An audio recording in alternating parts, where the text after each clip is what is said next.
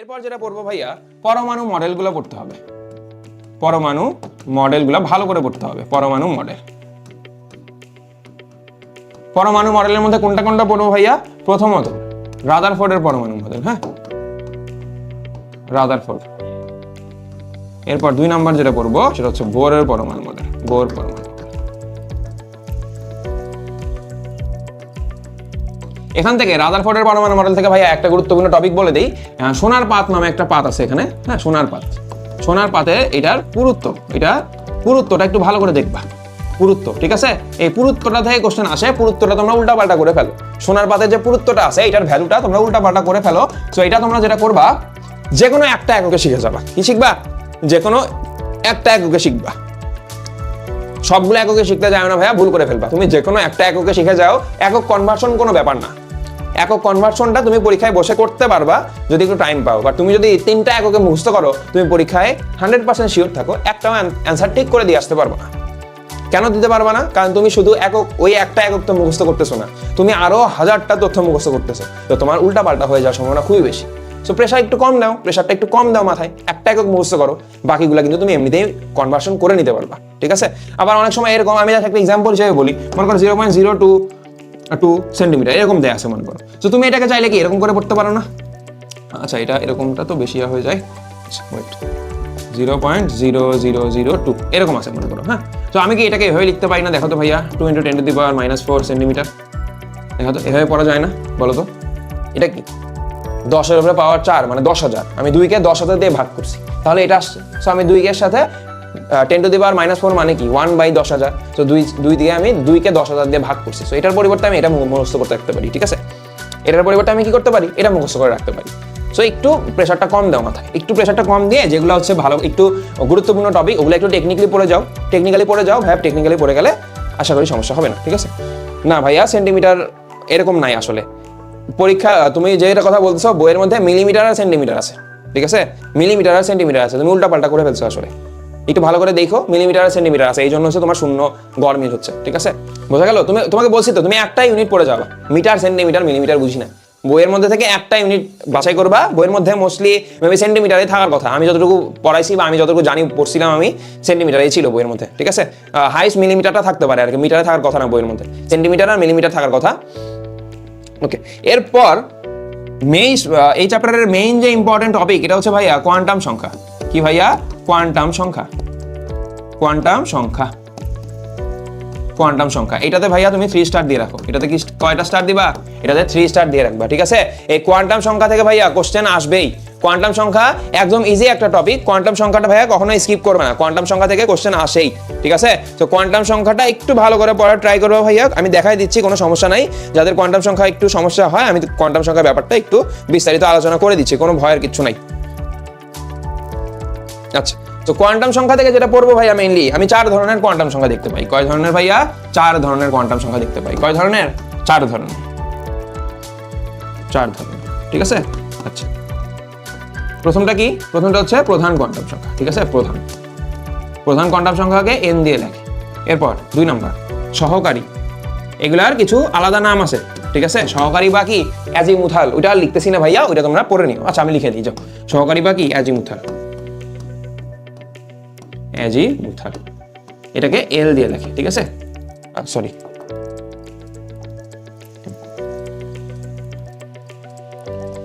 না ভুল লিখলাম তো, প্রথমে ঠিক লিখছিলাম, এল দিয়ে লেখে। এরপরে পরেরটা হচ্ছে ম্যাগনেটিক কোয়ান্টাম সংখ্যা। কি কোয়ান্টাম সংখ্যা? ম্যাগনেটিক। এটাকে এম দিয়ে লেখে। কি দিয়ে লেখে? এম দিয়ে লেখে। আর লাস্টেরটা হচ্ছে ভাইয়া স্পিন কোয়ান্টাম সংখ্যা। কি? স্পিন।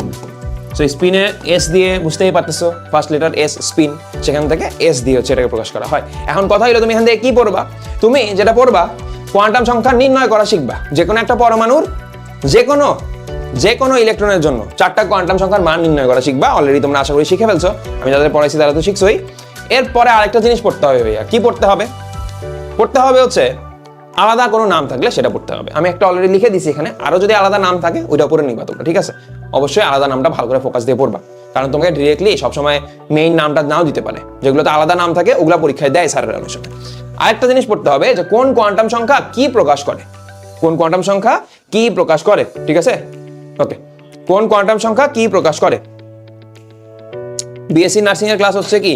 হ্যাঁ ভাইয়া, বিএসসি নার্সিং এরই তো মনে হয় ক্লাস হচ্ছে, অন্য কি কারো ক্লাস হওয়ার কথা? আচ্ছা, আর স্পিন কোয়ান্টাম সংখ্যার দুইটাই ভ্যালু হয় ভাইয়া প্লাস মাইনাস হাফ, ঠিক আছে, প্লাস মাইনাস হাফ। সো এটা নিয়ে তো চিন্তার কারণ নাই, বাট উপরে তিনটা নিয়ে ঝামেলা হয়। তো প্রধান কোয়ান্টাম সংখ্যা কোনটা নির্ণয় করবা ভাইয়া? যেটা দেখবা সর্বোচ্চ এন, এন এর ভ্যালু। ধরো তোমার কাছে তিনটা এন আছে, হ্যাঁ, 1s 2s 2p, তাহলে এখানে এন এর ভ্যালু কত হবে ভাইয়া? অবশ্যই 2 হবে। 2 দুইবার থাকুক সমস্যা নেই। এরপরে যদি আমার মনে করো 1s 2s 2p 3s চলে আসছে, এই অবশ্যই এখানে ইলেকট্রন থাকবে, ঠিক আছে, দুইটা এখানে 6টা, এখানে মনে করো 2টা আছে, তার মানে এখানে সর্বোচ্চ এন কত ভাইয়া? 3, তাই না? তার মানে এখানে এন এর ভ্যালু হবে 3, ঠিক আছে। আচ্ছা, এখন এন এর ভ্যালু তো বুঝলাম কি হবে, এখন এল এর ভ্যালু কিভাবে নির্ণয় করব? এল এর ভ্যালু হবে হচ্ছে ভাইয়া, মনে রাখবা এটা 0 থেকে n-1 পর্যন্ত, 0 থেকে n-1 পর্যন্ত। একদম ইজি টপিক ভাইয়া, এগুলো উল্টাপাল্টা করার কিচ্ছু নাই। এগুলো কিন্তু অনেক হয়তোবা উল্টাপাল্টা হয়ে যায়, তাই একটু দেখাই দিচ্ছি। এগুলো কিন্তু একদম সোজা টপিক, এগুলো উল্টাপাল্টা করা যাবে না, বুঝছো? এগুলো উল্টাপাল্টা করা যাবে না, পরীক্ষায় কিন্তু এগুলো থেকে কোশ্চেন আসে। 0 থেকে n-1, অর্থাৎ n এর ভ্যালু যদি n যদি আমার 3 হয়, হ্যাঁ, তাহলে l কি হবে? l হবে 0 1 2, 0 1 আর কি 2। এখন 0 1 2 এর মধ্যে কোনটা হবে? মনে করো আগের এক্সাম্পলটাই বলি, ধরো এখানে 3s2 আছে, ঠিক আছে, এখানে ইলেকট্রন আছে অনেকগুলা 3s2। এখন বলো এখানে কোন অরবিটাল আসছে? s অরবিটাল, তাই না? s orbital. তো l এর ভ্যালু যদি ভাইয়া 0 হয়, l এর ভ্যালু কত হয়? l এর ভ্যালু যদি 0 হয় সেক্ষেত্রে সেটা s অরবিটাল। l এর ভ্যালু যদি 1 হয় সেটা হচ্ছে ভাইয়া আমার p অরবিটাল। l এর ভ্যালু যদি 2 হয় সেটা হচ্ছে ভাইয়া d অরবিটাল। আর l এর ভ্যালু যদি l যদি 3 হয়, l যদি 3 হয় সেক্ষেত্রে এটা হচ্ছে ভাইয়া f অরবিটাল, ঠিক আছে। l এর ভ্যালু যদি 3 হয় সেটা হচ্ছে ভাইয়া আমার f অরবিটাল। আই গেস তোমরা বুঝতে পারছো ব্যাপারটা। সো আমি ইলেকট্রন বিন্যাসের দিকে খেয়াল করবো, ইলেকট্রন বিন্যাসটা করে ওখান থেকে এল এর ভ্যালুটা নির্ণয় করে ফেলতে পারবো। আমার এল এর ভ্যালু প্রথমে কি আসবে? এন থেকে 1 মাইনাস আসবে, 0 থেকে শুরু করে। তারপরে তো আমি দেখতেই পাবো এটা কোন অরবিটালে আছে, সেই অরবিটাল ওয়াইজ আমি কি নিব? এল এর মানটা নিব। সো এখানে যেহেতু এস, তার মানে এল এর ভ্যালু কত হবে? এই ক্ষেত্রে আমার কোনটা হবে? 0 হবে, বাকি দুটো কিন্তু হবে না। তাহলে আমার দেখো এটার জন্য আমার এন আসছে 3, এল এর মান আসছে কত? 0। এল এর মান কত আসছে? 0 আসছে। এখন এম এর মান কি হবে, তাই তো? খেয়াল করো, এম এর মান হয় হচ্ছে ভাইয়া, এম এর মান হয় হচ্ছে -l0 plus L, -l0 plus L. এখন -l0 প্লাস এল আবার কি? একটু খেয়াল করবা ভাইয়া, তোমরা ম্যাথমেটিকে সংখ্যা রেখা পড়ছো না? এখানে 0 থাকে, তাই তো? এইদিকে কি থাকে? মাইনাস গুলা থাকে, তাই না? -1 -2 এরকম থাকে। এইদিকে কি থাকে? +1 +2, তাই না? এদিকে অনেকগুলো নাম্বার এভাবে থাকে, এদিকে প্লাস গুলো থাকে, এদিকে কি থাকে? মাইনাস গুলো থাকে। সো এইটাই বুঝাইছি আসলে। দেখো যদি 1 হয় এল এর ভ্যালু, তার মানে আমার এম এর ভ্যালু হবে -1 0 আর 1, এই তিনটার মধ্যে যে কোনো একটা, ওটা কোনটা হবে দেখাচ্ছি। আর যদি কোনো কারণে এম এর মান এল এর মান যদি 0 চলে আসে, এম এর মান কি হবে? 0ই হবে। সো এই ক্ষেত্রে যেহেতু এল এর মান 0, তার মানে এম এর মানও 0 হবে। বুঝছো ব্যাপারটা? যেহেতু এল এর মান 0, এম এর মানও কি হবে? 0ই হবে। প্লাস মাইনাস 0 কি লেখার দরকার আছে? নাই। আর মনে রাখবো ভাইয়া, এই এম এর মান দিয়ে উপশক্তি স্তর নির্ণয় হয়। এই এম এর মান দিয়ে আমি উপশক্তি স্তর নির্ণয় করতে পারি। কি নির্ণয় করতে পারি? উপশক্তি স্তরের সংখ্যা, উপশক্তি স্তরের সংখ্যা নির্ণয় করতে পারি, ঠিক আছে। এখন দেখো তো কিভাবে পারবো, বলো। এস অরবিটাল, এস অরবিটাল এর উপশক্তি স্তর কয়টা? উপশক্তি স্তর নাই ভাইয়া, 0টা। এস এর কি এস এক্স এস ওয়াই এরকম লিখি আমরা? লিখি না তো। তার মানে এস অরবিটালের উপশক্তি স্তর কয়টা? 0টা। এখন আমি যদি পির ক্ষেত্রে বলি, দেখো পির ক্ষেত্রে, পি অরবিটালের ক্ষেত্রে এল এর মান কত ভাইয়া? 1। তাহলে এম এর মান কি হবে? 0 হবে, +1 হবে, -1 হবে। তাহলে তিনটা না টোটাল। তাহলে পি অরবিটালের ক্ষেত্রে, পি অরবিটালের ক্ষেত্রে আমি পাই পি এক্স, পি ওয়াই, আর এটা কি? P Z. অর্থাৎ তিনটা উপশক্তি স্তর পাই। কয়টা? 3টা পাই, ঠিক আছে, 3টা পাই। এখন কথা হইলো, যদি এল এর মান 2 হয় সেই ক্ষেত্রে আমি কি করব, তাই না? যদি এল এর মান 2 হয় সেক্ষেত্রে আমি কি করব? এল এর মান যদি ভাইয়া 2 হয় সেক্ষেত্রে যেটা হবে, দেখো একটু খেয়াল করো, আমি এটাকে একটু ছোট করে এক সাইডে নিই।